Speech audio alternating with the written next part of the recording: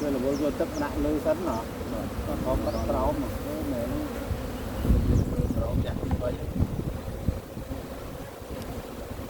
chưa chặt là muốn thằng hơi là